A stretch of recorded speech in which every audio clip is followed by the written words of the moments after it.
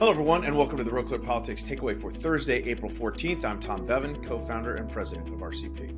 And I'm Carl Cannon, Washington Bureau Chief. Good morning, Tom. Good morning, Carl. Big news this morning, Carl. Elon Musk has offered to buy all of Twitter, up his stake in the company, buy it all for $43 billion. That's like $54 a share. It's a 25% premium. He said in his filing this was his best and final offer. This is not a negotiation, and they can accept it or not. He's not gonna haggle with them on this, Carl. I see a lot of reaction on Twitter itself this morning from folks across the political spectrum. Some say this is great news that Elon Musk could potentially be in charge. Elon Musk said in his filing that he would unlock its potential and transform it as a private company, restore free speech, etc. But there are folks on the left who are saying that this is a danger to democracy to have someone like Elon Musk fully in charge of a platform as big and influential as Twitter, particularly, as one person pointed out, in advance of the 2022 and 2024 elections, that this is going to endanger our democracy. What say you, Carl? Well, it's very dangerous, Tom, to have a person who believes in free speech modulating a platform that once claimed it wanted to be the free speech, corner of the First Amendment. What was Jack Dorsey's phrase? You remember that he was going to be the premier free speech. And then they started banning people, including a sitting president of the United States. I noticed Tesla stock dropped a little bit because, I guess they think, where's he getting all that money, right? But the other thing I thought of, Tom, and maybe this is too parochial, but I thought 43 billion. I mean, we'd probably take like just 3 or 4 billion for Real Clear Politics, right? I mean, yep. I think we might be able to be convinced to sell for that if Elon Musk, wants to entertain any offers, sure. But I do find it humorous, Carl, that. And we've talked a lot about free speech on this podcast and other forums and platforms. I am essentially a free speech absolutist that democracy requires more speech, not less. And when you start to censor and restrict speech, who's doing the restricting and who gets to decide what's acceptable, what's not acceptable. And I understand that there are concerns about, hate speech and things of that nature. But nevertheless, Carl,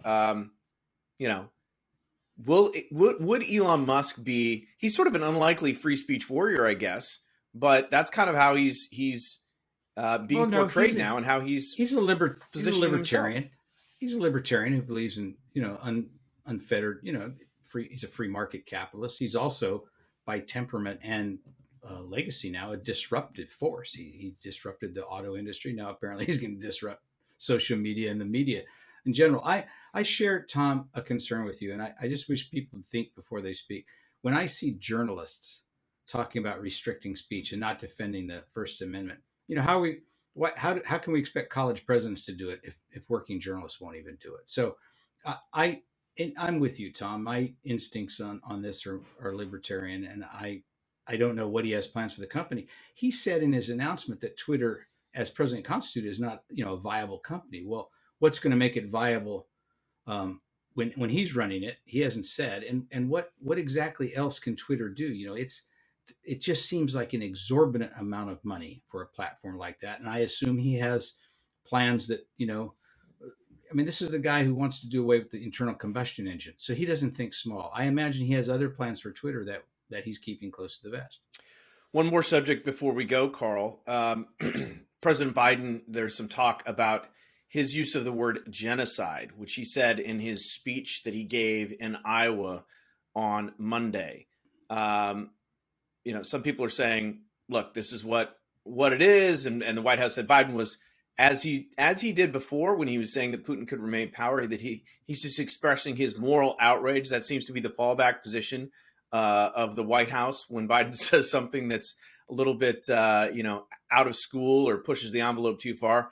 But other folks are saying, including the president of France, who was asked if he would echo Biden's comments that what was going on, that Russia was committing genocide in Ukraine. he said no, and he said the escalation of rhetoric is not conducive to forming some sort of peace. Again, Carl, is Biden sort of making things worse with his loose rhetoric? Is he, as some folks on the right are portraying him, just sort of bumbling around and going to bumble us into, World War III? Or is this him merely stating a truth, or what he thinks is a truth, and therefore, no harm, no foul? Well, it's not the truth.